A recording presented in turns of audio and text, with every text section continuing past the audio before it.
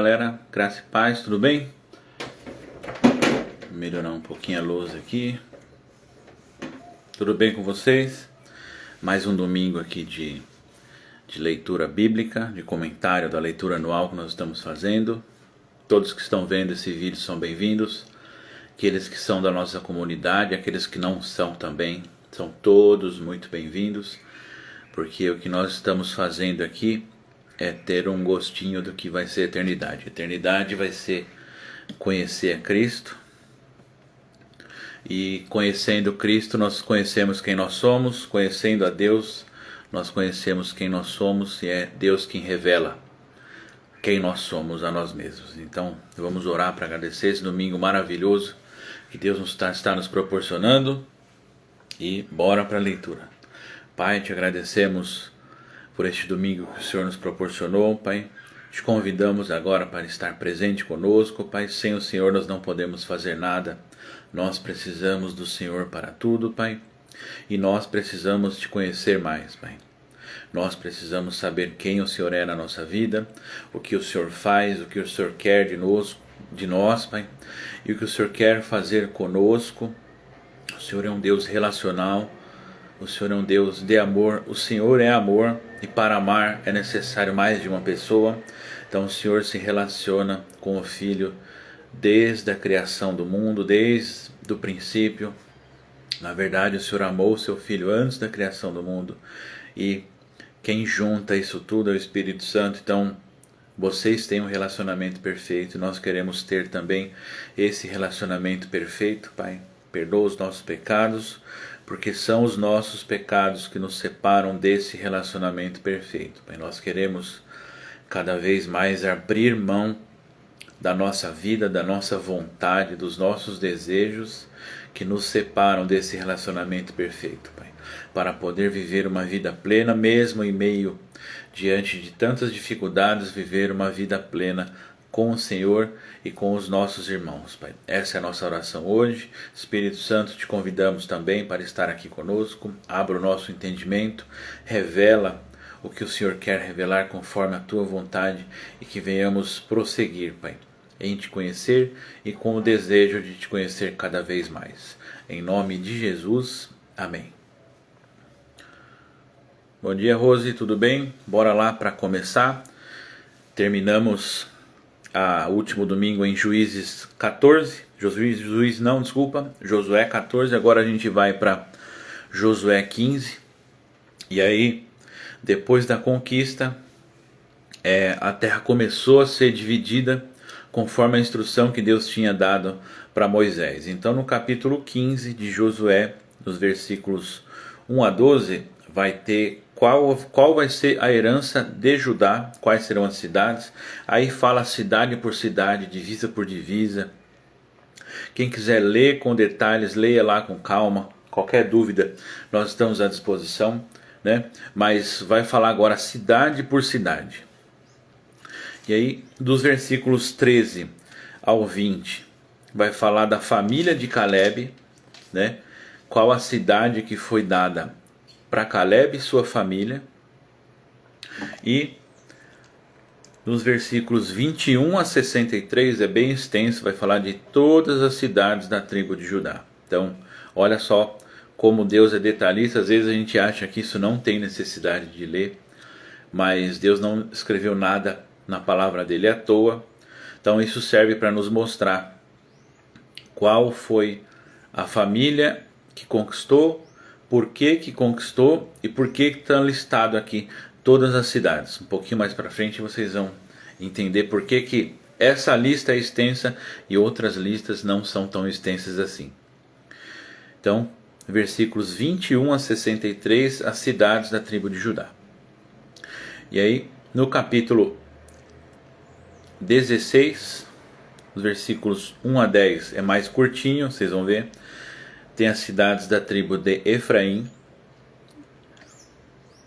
E no 17, capítulo 17, versículos 1 a 13, da tribo de Manassés. Tem uma anotação especial aqui nos versículos 14 a 18 do capítulo 17. As terras para os filhos de José. José Ele tem uma menção especial aqui neste capítulo. Agora a gente vai para o capítulo 18, que são as terras das outras 7 tribos. Lembrando que 2,5 tribos ficaram a oeste do Jordão e as outras 9,5 tribos ficaram a leste do Jordão. Então, agora vai falar das outras 7 tribos no capítulo 18, versículos 1 a 10. Vai falar no geral quais as tribos que estariam do lado leste do Jordão. Versículos 11 a 20 fala da tribo de Benjamim. Versículos 21 a 28, as cidades de Benjamim. Então, o que aconteceu aqui? Eles estavam sorteando, né, os territórios tribo por tribo. E aí delimitando cidade por cidade. Então imagina como foi complicado, juntou-se uma família muito grande. A gente sabe que nossas reuniões de família, quando a nossa família é grande, às vezes parece que está tendo uma guerra, falação alta, né? Quando a gente se reúne para festejar, né? E aquele falatório parece que é briga, mas não é. A gente é assim mesmo. Agora você imagina milhares de pessoas reunidas para dividir um território. Então olha só como Deus precisou ser certeiro em falar como seria feita a divisão. Agora você imagina as brigas entre as famílias. Não quero aquela cidade, eu quero essa cidade é melhor, a outra é melhor, o território é mais bonito. Então imagina só quanto tempo levou. Aqui na Bíblia não fala quanto tempo levou, mas imagina quanto tempo levou para dividir todas essas cidades. E aí, versículos 21 a 28 vai falar das cidades da tribo de Benjamim. Capítulo 19, versículos 1 a 9, da tribo de Simeão. Versículos 10 a 16, tribo de Zebulon. Versículos 17 a 23, tribo de Issacar. Versículos 24 a 31, da tribo de Asser. Versículos 32 a 39, a tribo de Naftali. Versículos 40 a 51, da tribo de Dan. E aí a gente parte agora para o capítulo 20, dos versículos 1 a 9, vai falar das cidades de refúgio. Lembra que na live anterior, na penúltima live, a gente comentou da cidade do refúgio. Vou dar só uma recapitulada aqui. O que era? Era uma cidade onde pessoas que cometeram um pecado involuntário, pode parecer loucura, mas não é. Imagina a nossa lei como ela é hoje, falando de um homicídio culposo e doloso. O culposo é aquele que é teoricamente sem intenção de matar. Então, essas cidades de refúgio seriam para isso. A título de curiosidade, quem quiser assistir uma série que saiu no Prime Video, não é propaganda, tá? Mas na série eu comecei a ver, parece ser interessante, chama Casa de Davi, e tem um acontecimento na série, não está na Bíblia, está só na série, mas fala de uma pessoa que ela é exilada em uma cidade de refúgio, e essa pessoa ela fica extremamente descontente porque ela fala: essa cidade é uma cidade de pecadores, de criminosos. Então a cidade de refúgio servia para isso, para uma pessoa que cometeu um pecado de morte ou matou alguém sem intenção declarada, sem ser doloso, ela poderia se refugiar nessa cidade para não ser morta. E capítulo 20 vai tratar só disso. Lembrando que 3 cidades ficariam a oeste do Jordão, com as 2,5 tribos que não quiseram passar o Jordão, quiseram só a herança ali mesmo, e outras 3 cidades a leste do Jordão, no meio das outras 9,5 tribos. Capítulo 21, versículos 1 a 8. A cidade dos levitas, apesar deles não terem herança declarada como tribo, cada tribo teria que ceder cidades, não só para eles viverem, mas para que eles tivessem também um sustento, um meio de vida. Versículos 9 a 26, capítulo 21 inteiro vai tratar só das cidades dos levitas, então 9 a 26. A parte dos coatitas, a tribo de Levi era dividida em 3 famílias, né? Que era Coate, Gerson e Merari. Versículos 27 a 33, a parte dos filhos de Gerson. Versículos 34 a 42, a parte dos filhos de Merari. E aí, finalizando o capítulo 21, dos versículos 43 a 45, fala que a partilha foi concluída, a divisão da terra foi concluída. Só que a gente vai ver um pouco mais para frente o que aconteceu aqui. Lá no finalzinho mais para frente na live, eu volto nesse assunto. Guarda aí, a partilha da terra foi concluída. Agora nós temos um pequeno conflito em família. No capítulo 22, né? O que aconteceu? Versículos 1 a 8 vai falar: a divisão da terra foi concluída, os territórios foram conquistados. E aí Moisés tinha feito um acordo com as tribos que decidiram ter a sua herança a oeste do Jordão, que era a tribo de Ruben, esqueci o nome da segunda tribo, e a meia tribo de Manassés. Então, o que eles combinaram?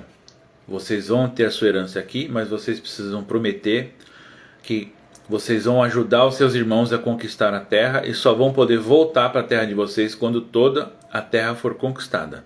Então, o que acontece aqui? Acaba a guerra, eles voltam para a terra deles. Só que o que acontece aqui?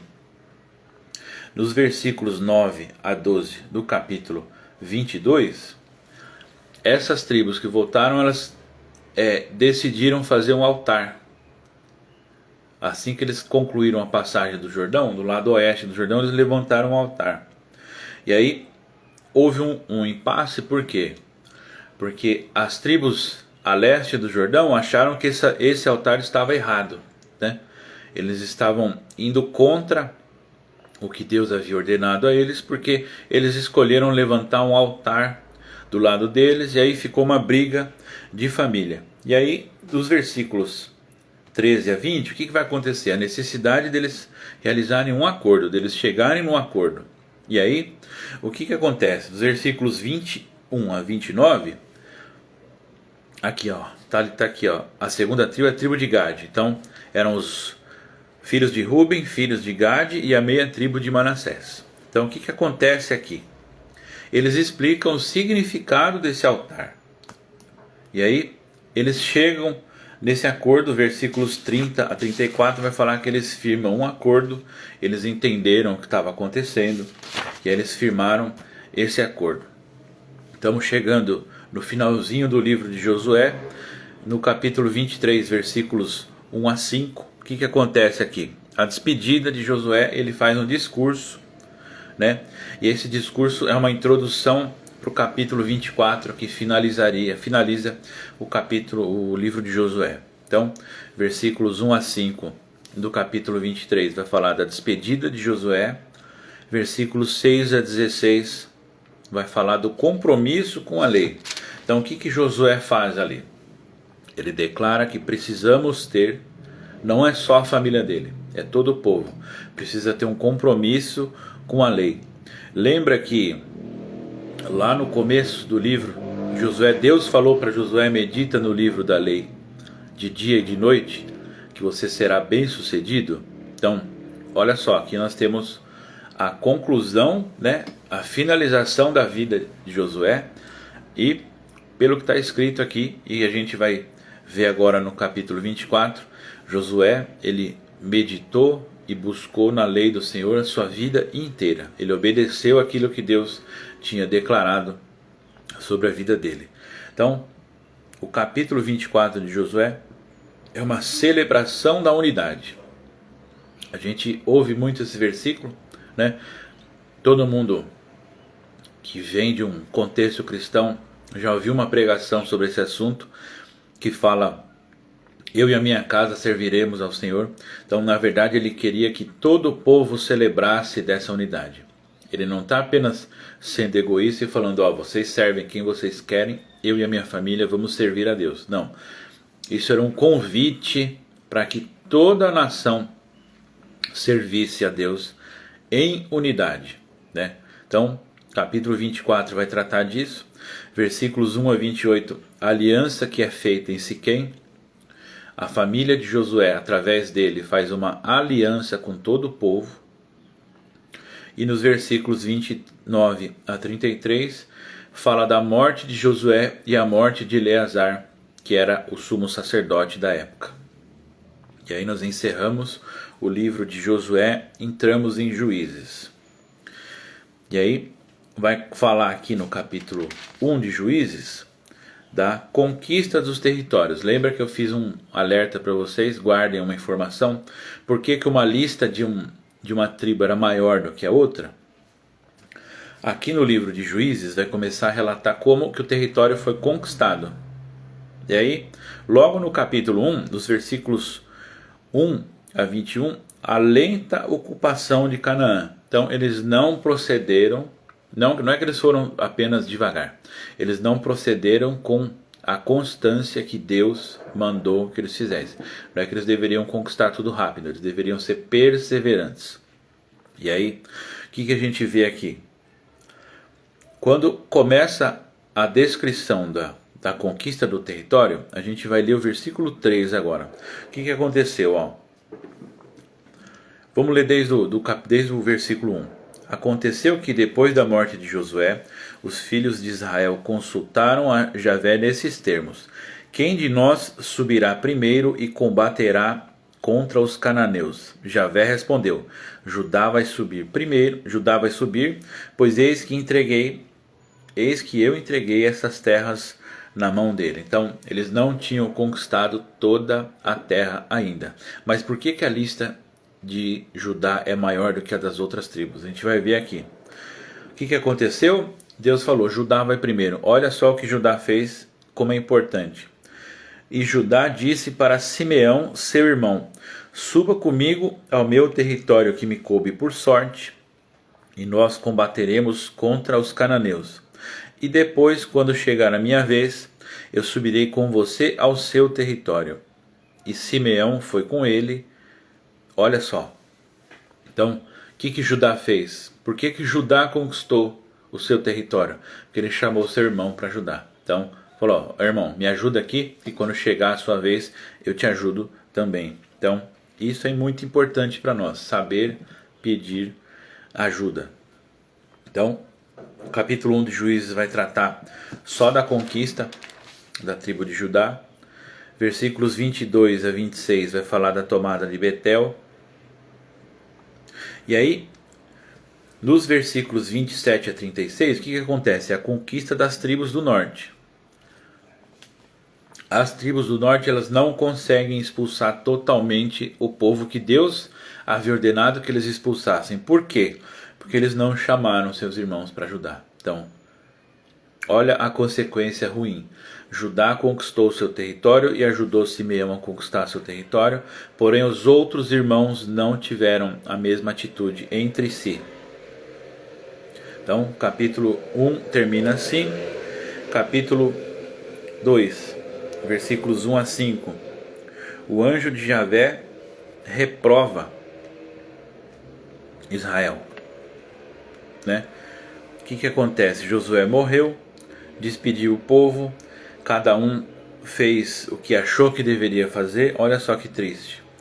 E aí, versículos 6 a 10 vai falar da situação depois de Josué, o que estava acontecendo. Versículos 11 a 19, olha só o que aconteceu. Josué acabou de morrer. Infidelidade de Israel. Então olha só, eles não, além de não cumprir com o que Deus mandou, além de não conquistar todo o território, além de não expulsar todo o povo que Deus havia ordenado que eles expulsassem, além de não se unir em família, eles cometeram um ato de infidelidade. E aí o que aconteceu? Versículos 20 a 23, eles passaram a habitar entre as nações estrangeiras. Deus queria que eles expulsassem esse povo, mas eles não expulsaram. Capítulo 3, versículos 1 a 6. vai falar das nações que Deus deixou para provar Israel. Olha só, Deus tinha dado uma instrução: expulsem todo esse povo. Eles não conseguiram. O que Deus fez? Ele vai usar esse povo que eles não expulsaram para provar a nação de Israel. E aí o que começa a acontecer aqui? Logo depois da conquista incompleta, o povo foi infiel. Então, essas nações que eles não expulsaram passaram a oprimir a nação de Israel. Israel era mais poderoso militarmente se juntassem as famílias. Como as famílias não se juntaram, eles não tinham tanta força assim. Deus falou que eles conquistariam nação por nação. Eles não conquistaram e aí eles passaram a ser oprimidos. E aí o que acontece com isso? Começa a surgir os juízes. Então o primeiro juiz chama Otoniel, versículos 7 a 11 do capítulo 3, ele era irmão de Caleb. Então você vê que em pouco tempo a situação degringolou e Deus precisou levantar um líder. A gente vai ver aqui, durante todo o livro de Juízes, a necessidade de uma pessoa liderando. Só que, vamos parar para pensar, Deus falou que ele queria uma nação de sacerdotes. Mas se ele queria uma nação de sacerdotes, ele não falou que ele queria líder entre esses sacerdotes. Ele só disse que queria uma nação de sacerdotes. Então por que é necessário que um líder se levante? É uma pergunta que eu deixo para vocês. Enquanto não estamos unidos, é necessário um líder para nos unir. Então, sempre que nós vemos um líder, nós temos que lembrar da nossa desunião. Isso não é para diminuir a importância do líder. O líder é bom. É sempre bom ter uma pessoa que te aponta o caminho. E a gente vai ver durante toda a escritura, até o fim, sempre vai ter alguém apontando o caminho, né? Mas temos que ter isso em mente. Se temos um líder, é porque nós não somos unidos a ponto de conseguir viver em união sem que precise de alguém para nos apontar essa direção. Primeiro juiz, Otoniel, irmão de Caleb, versículos 12 a 30. Segundo juiz, Aod, né? E ele é classificado como um homem canhoto. Então olha só que interessante como ele foi classificado. Versículo 31 do capítulo 7, terceiro juiz, Sangar. Esse homem, ele matou 600 pessoas sozinho numa batalha. Então, ele conseguiu ferir 600 pessoas sozinho. Então, quando a gente vê um filme ou uma série de alguém que luta muito bem e derrota todo mundo sozinho, está aqui a origem disso. A Bíblia, ela fala sobre tudo. Então, aqueles 300 de Esparta lá que derrotaram um exército gigantesco com um número muito pequeno, está aqui, ó. Um juiz conseguiu derrotar 600 pessoas sozinho. Capítulo 4, versículos 1 a 16, nós vamos ter o quarto juiz, ou melhor dizendo, a quarta juíza, que foi Débora, que ela se assentava debaixo de uma árvore.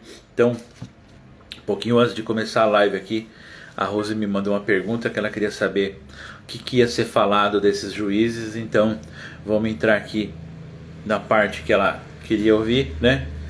E aí, versículos 1 a 16, vai ter a união entre Débora e Baraque. Baraque era um líder militar de Israel, e ele se uniu com Débora para atacar os filisteus. E ele quis se unir a Débora porque ele sabia, ele reconheceu a liderança dela. Então, como eu falei, quando estamos desunidos precisamos de um líder.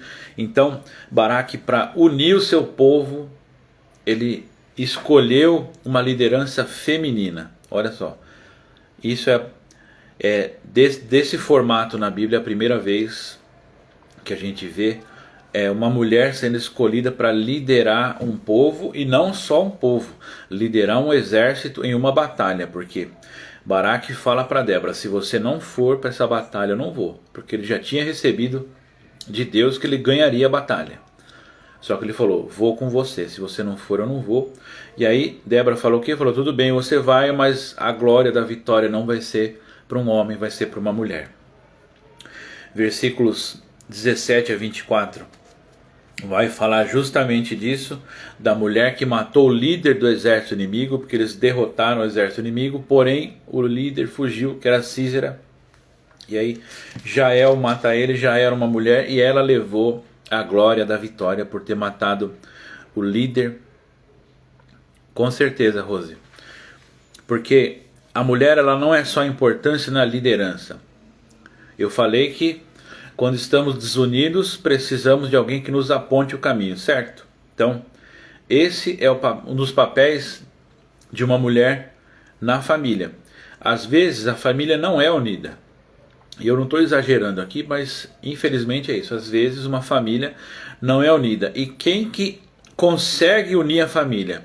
Na maioria das vezes não é o pai, é a mãe. É a mãe que tem esse amor, esse carinho, essa insistência de ir atrás, de chamar. Então, olha só, quando a família está desunida, é a mulher que une essa família. Então, o líder tem a sua importância, mas a mulher na liderança também tem uma importância maior, principalmente na família. E no capítulo 5 a gente vai ver a canção de Débora. Ela fez questão de fazer uma canção. É isso mesmo, Rose. Na minha família é assim também. Muitas vezes, se não fosse a minha mãe, ia cada um para um lado e área. Mas a gente não deve sucumbir a isso. A gente não deve deixar que isso tome conta da nossa vida. A gente tem que se esforçar para estarmos unidos. E aí, no capítulo 5, Débora faz uma canção. Então, olha só que interessante. Quem fez uma canção lá atrás, no Êxodo, diante do que estava acontecendo, quem fez uma canção para exaltar Deus foi a irmã de Moisés, Miriam. E aqui a gente tem uma outra mulher também cantando para deixar registrados os acontecimentos que foi Deus que fez acontecer, né? Então olha só que interessante.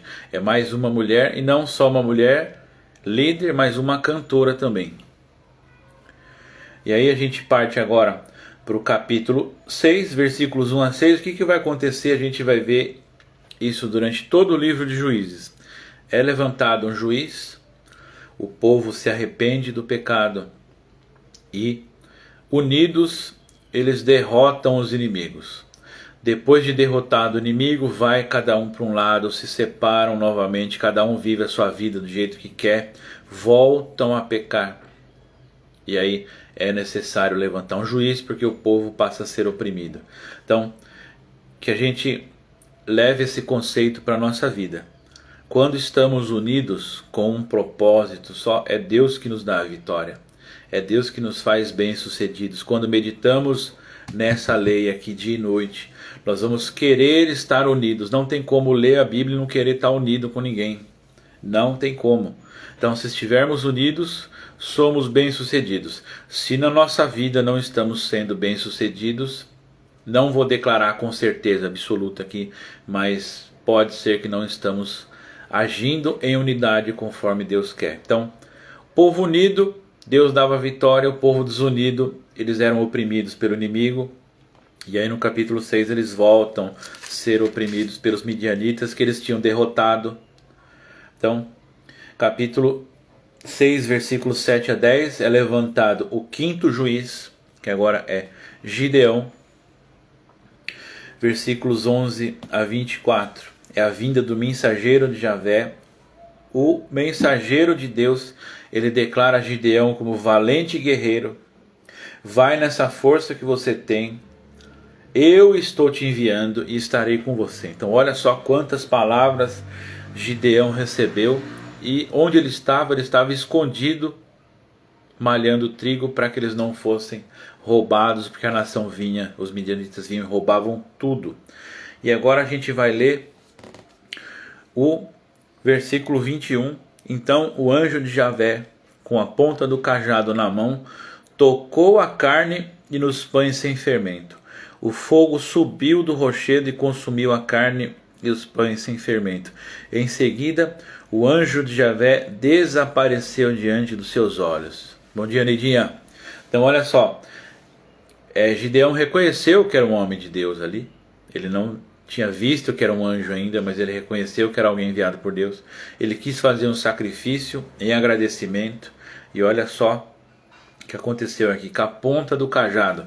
Como eu já tinha falado antes, que tinha um juiz que derrotou 600 pessoas sozinho. A gente vê isso muito no cinema, né, na arte. Então olha aqui, o anjo de Javé com um cajado na mão. Então sempre que você vê alguém com um cajado num filme Senhor dos Anéis, por exemplo, a origem disso tudo está aqui na Bíblia, galera. Não tem como fugir. Ele com o cajado dele tocou o negócio e pegou fogo. E consumiu todo o sacrifício, e enquanto o sacrifício era consumido pelo fogo, o anjo desapareceu. Versículos 25 a 32, Gideão é escolhido, ele pede para que Deus aceite o seu sacrifício. Deus aceita o sacrifício dele, olha só. E aí Deus vai dar a estratégia para Gideão a partir daí. Então, vamos lá. Gideão foi chamado, Deus aceitou o seu sacrifício, e aí agora Deus vai falar quem ele vai ter que combater. Então olha só que interessante, o combate dele ia ser contra Baal, versículos 25 a 32, 33 a 35, a organização para a guerra. Então Gideão ele se organizou contra essa nação midianita que estava vindo contra Israel. Então ele se organizou, olha só, toda uma preparação, né? E aí, versículos 36 a 40, tem algo muito interessante aqui. Gideão pede uma prova de Deus para ver se Deus ia estar com ele, e Deus declara: estou com você, vai que eu estou com você. Agora a gente chega no capítulo 7, versículos 1 a 8, começa a campanha de Gideão. Por que Deus declarou contra quem ele ia ter que combater? Por que Deus falou isso antes da guerra? Porque Deus falou: você vai ter que combater o altar de Baal. E esse altar pertencia a quem? Ao pai de Gideão. Então ele falou: você vai ter que entrar no templo que seu pai construiu e destruir esses ídolos que seu pai levantou. Então olha só que missão difícil foi dada para Gideão. Capítulo 7, versículos 1 a 8, começa a campanha de Gideão. Então, ele obedece o que Deus está mandando. Versículos 9 a 15 do capítulo 7, vai ter a batalha de Gideão. Versículos 16 a 22, estratégia de Gideão. Então, olha só como foi detalhado. Os outros juízes não têm uma descrição tão detalhada. Deus fala: eu vou querer provar para vocês que é eu que estou no meio, que é eu que estou enviando. Então Deus dá uma estratégia específica para Gideão, ele trabalha com Gideão, ele prepara Gideão, ele fala tudo que tem que ser feito. Ele fala: vocês reuniram muita gente, é melhor que vocês diminuam, para que vocês não se gloriem depois e falem que foi pela força de vocês e não pela de Deus. Então passo a passo foi feito tudo isso. Nos capítulos 23 a 25, o que acontece? A morte dos inimigos, eles derrotam essa nação que estava assolando Israel naquele período. Eles conseguem derrotar. No capítulo 8, o que acontece? Eu falei para vocês que o povo desunido era oprimido, o povo se unia, Deus dava a vitória. Mas olha só o que acontece aqui no capítulo 8, versículos 1 a 3.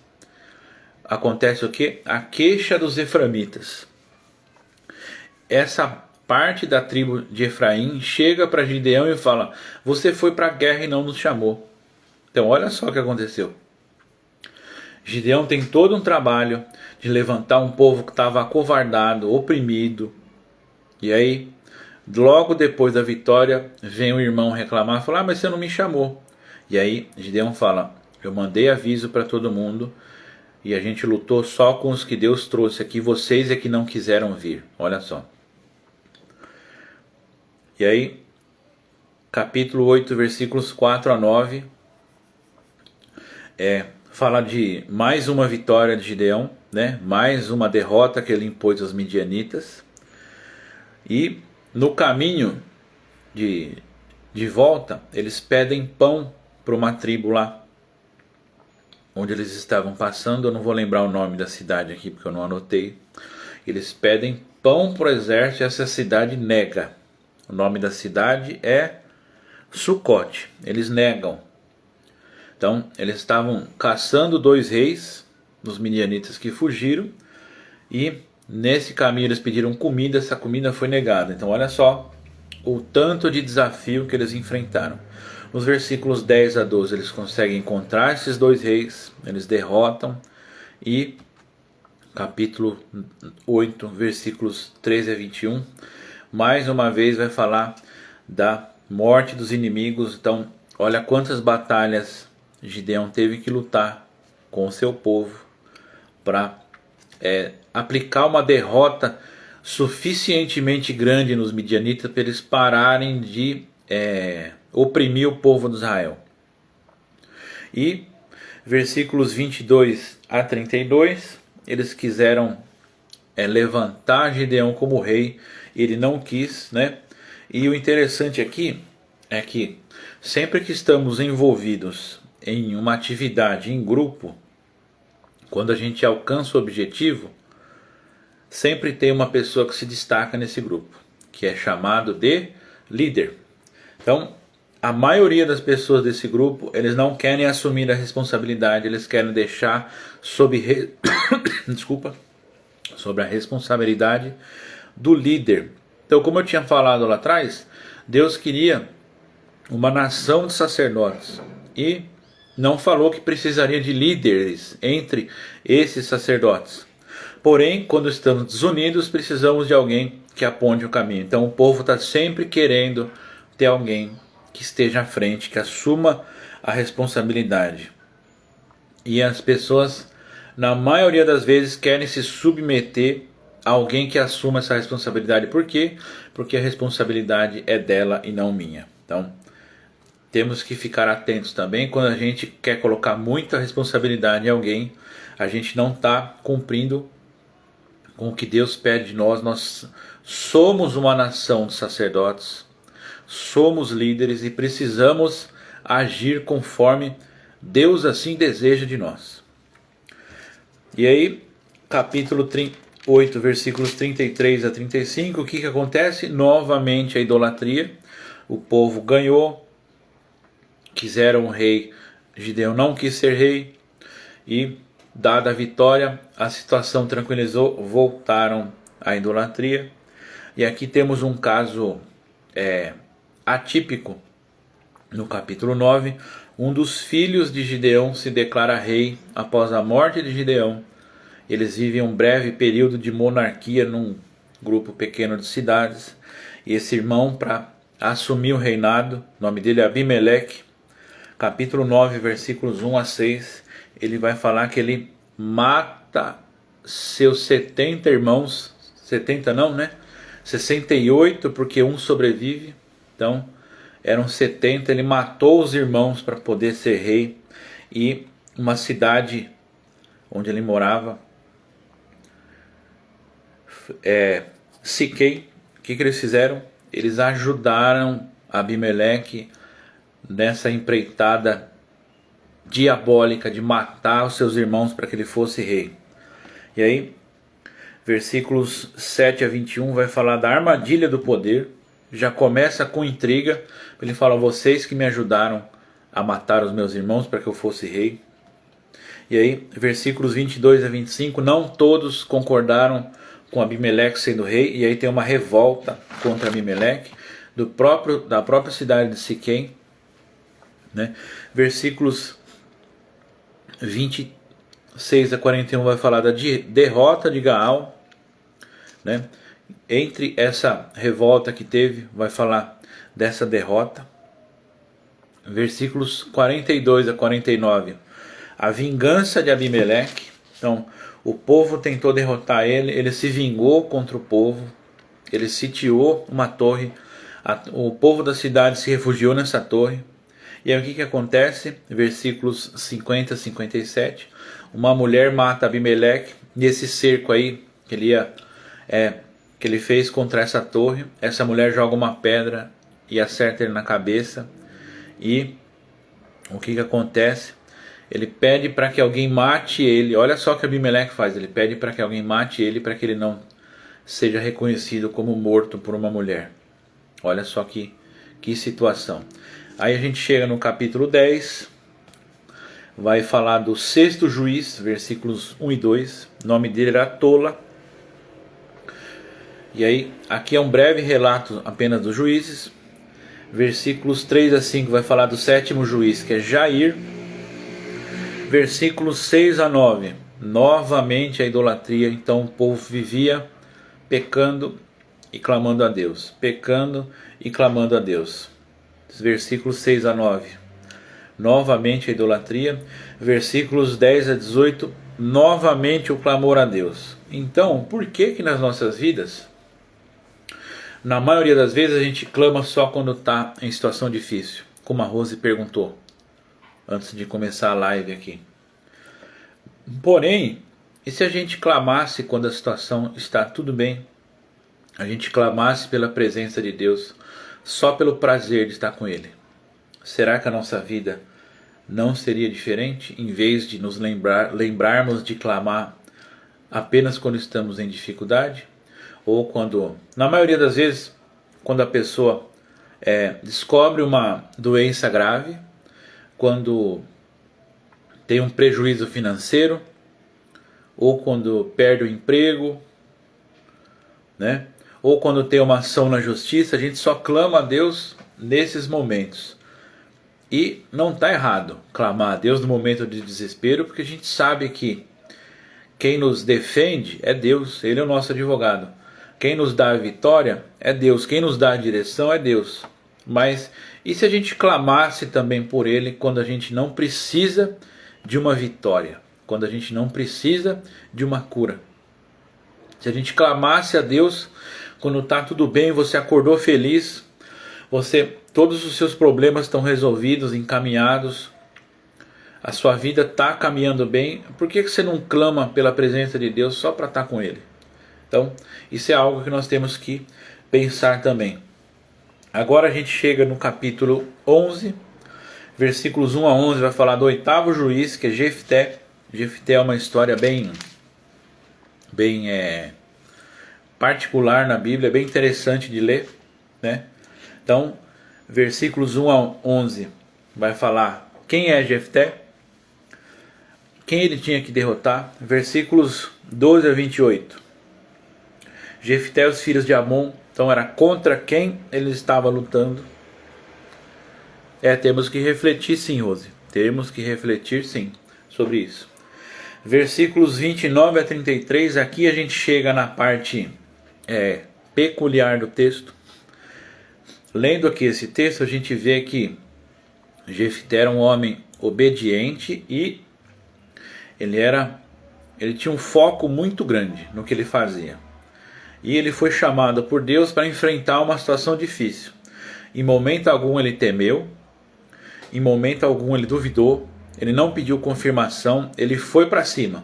Só que ele faz um voto. Qual que é esse voto? Deus, se o Senhor me der vitória nessa guerra, a primeira pessoa que aparecer na porta da minha casa, quando eu voltar vitorioso, eu sacrifico a Ti. Então, aqui a gente tem dois pontos a analisar. A determinação de Jefté, porém o foco dele não estava alinhado com o que Deus queria, porque durante toda a Bíblia a gente vê que o sacrifício humano não é agradável a Deus, ele não aceita isso daí. Porém, olha o voto que Jefté faz, e ao que tudo indica, ele cumpriu com esse voto. E não é tão falado assim em pregações, mas a gente vai ver aqui agora mais para frente.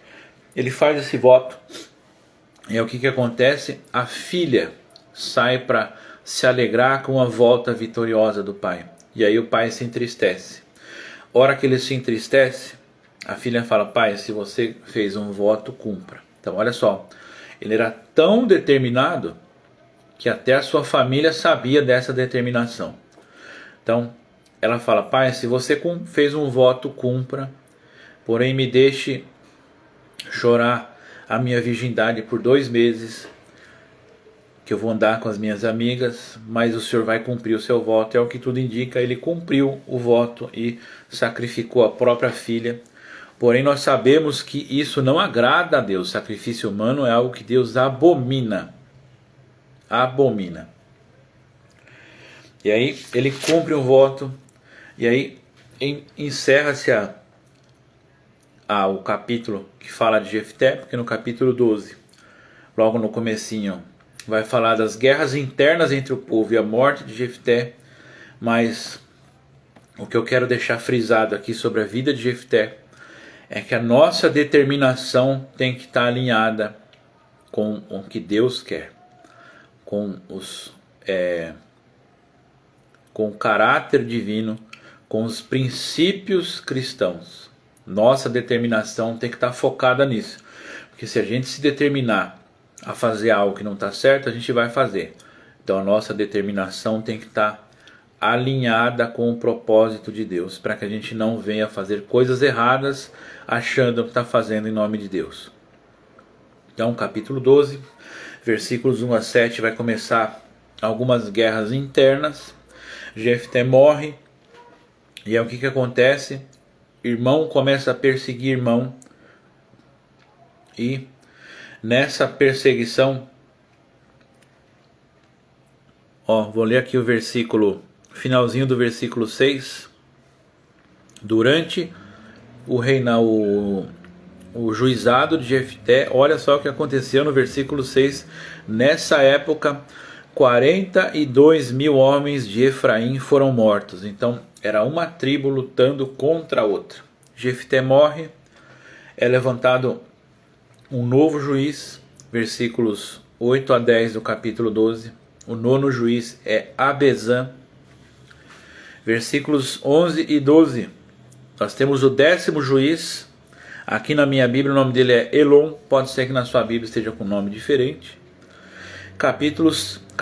Versículos 13 a 15 do capítulo 12. 11º juiz, Abidom. E agora a gente entra no capítulo 13. Eu acho que é o juiz mais famoso. A gente vai ter uma pequena introdução aqui sobre a vida dele. Ele foi o 12º juiz e o nome dele é Sansão. E aqui nós temos a primeira pessoa na Bíblia a ser consagrada completamente a Deus antes da concepção. Então, um anjo apareceu à mãe de Sansão, né? E esse anjo declara isso para ela, que ele seria consagrado a Deus antes da concepção. Então, versículos 1 a 7 vai começar a história do pai e da mãe de Sansão. Versículos 8 a 25, esse anjo aparece novamente. Por quê? Porque ele apareceu para a mãe de Sansão. Vamos ver o nome dela aqui. Ela é uma mãe importante.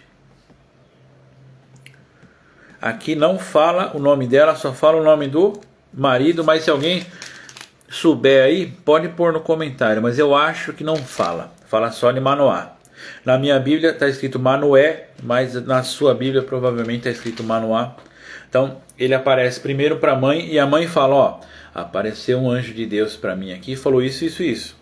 E agora a gente vai ter uma atitude atípica de um pai.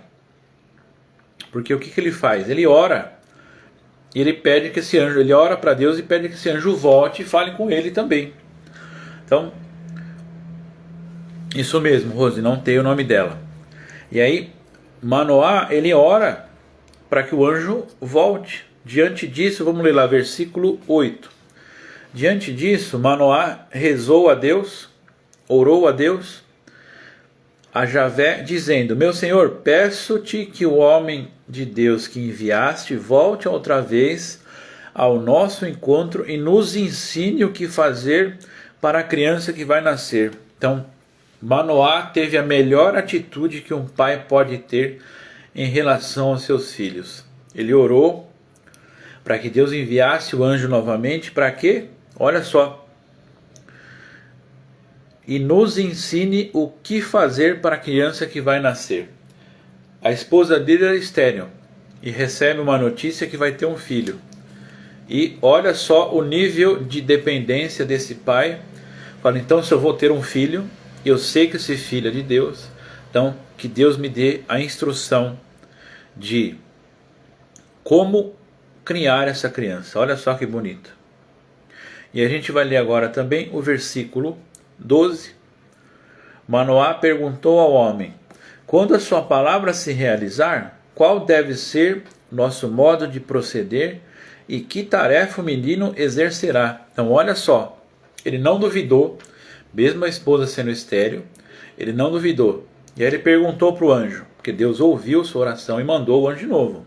Quando se cumpriu o que você falou, olha, eu vou ler de novo. Qual deve ser o nosso modo de proceder? Então ele confiou plenamente e ele assumiu que ele não sabia o que fazer. Ele não estava pronto para essa tarefa. Então ele pediu orientação de quem o deixaria pronto para a tarefa. E o mais importante aqui, qual tarefa o menino exercerá?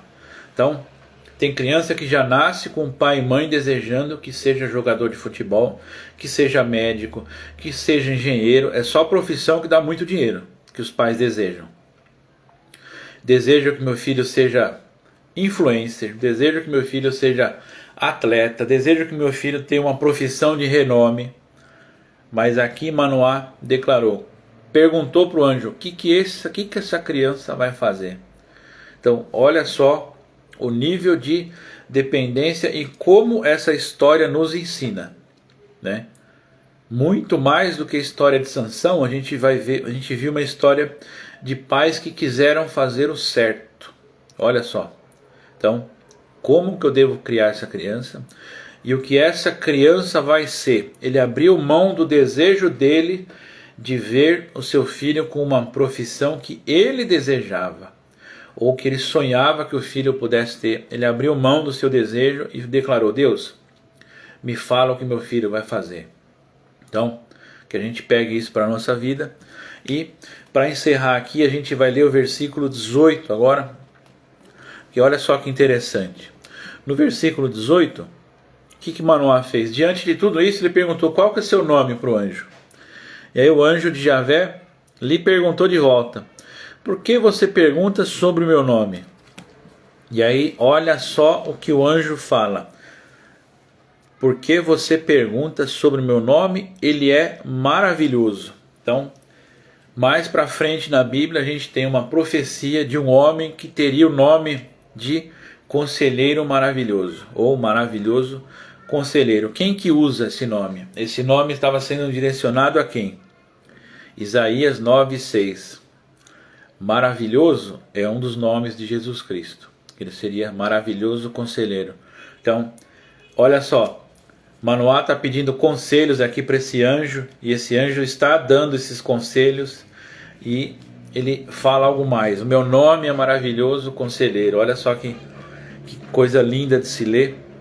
E assim a gente encerra a nossa live de hoje. Paramos em Juízes 13. Domingo que vem a gente vai ler mais sobre a história de Sansão e que a gente possa ser como Manoá e pedir instrução para Deus do que fazer da nossa vida e como fazer. É lindo, Rose. Eu quando leio assim, não tem como não me emocionar, eu me entrego de cabeça na leitura, porque o que eu mais quero é conhecer esse Deus de verdade e ter a minha vida transformada.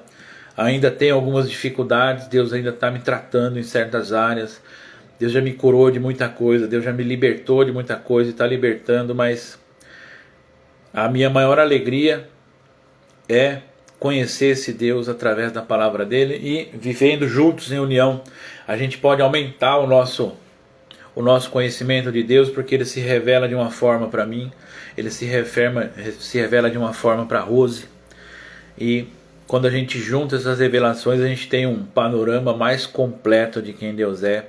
E a gente vai cada vez mais se entregando para esse conhecimento. Então, como eu falei pouco tempo atrás, que nosso clamor, quando tudo estiver bem, seja pela presença de Deus e que a gente possa conhecer mais a Ele. Então, que essa leitura transforme a sua vida, assim como está transformando a minha. Que essa leitura venha te revelar a cada dia mais um lado da beleza de Jesus, porque Jesus tem uma beleza maravilhosa, a gente precisa aprender a contemplar essa beleza e se deleitar nessa beleza. Então, Pai, te agradecemos por mais essa revelação do Senhor aqui. Te agradecemos porque o Senhor tem se mostrado a nós e que nós possamos te desejar mais, Pai. Quando tudo estiver difícil, nós não deixemos de clamar a Ti, mas quando tudo estiver bom, Pai, que nós continuemos clamando pela Tua presença, Pai. Quando não precisarmos de mais nada, que nós nos lembremos que precisamos do Senhor, Pai. Nós queremos não o que o Senhor faz, nem o que o Senhor pode nos dar. Nós queremos quem o Senhor é. Quem o Senhor é. E que possamos ser totalmente transformados diante da Tua beleza. Que possamos te contemplar, Pai. Pessoalmente, no nosso quarto, no nosso íntimo. Mas que possamos te contemplar também em tudo que o Senhor criou. Mas acima de tudo, que possamos te contemplar nos nossos relacionamentos também, Pai. Te agradecemos por esse domingo maravilhoso e que em tudo, Pai, em tudo seja feita a Sua vontade, Pai. A sua vontade, ela é boa, perfeita e agradável para Ti e nós nos contentamos com a Sua vontade. Amém. Pai, muito obrigado por todos que estiveram aqui. Obrigado pela Neidinha, pela Rose e que possamos nos encontrar daqui a pouco. Vou deixar o endereço da nossa igreja, da nossa comunidade nos comentários. Caso você não seja da nossa comunidade e quiser conhecer, estamos abertos para te receber e que possamos contemplar a beleza de Deus. E é assim que a gente termina. Fiquem com Deus, tenham uma ótima semana, um ótimo domingo e contemplem a beleza de Deus. Até mais, galera.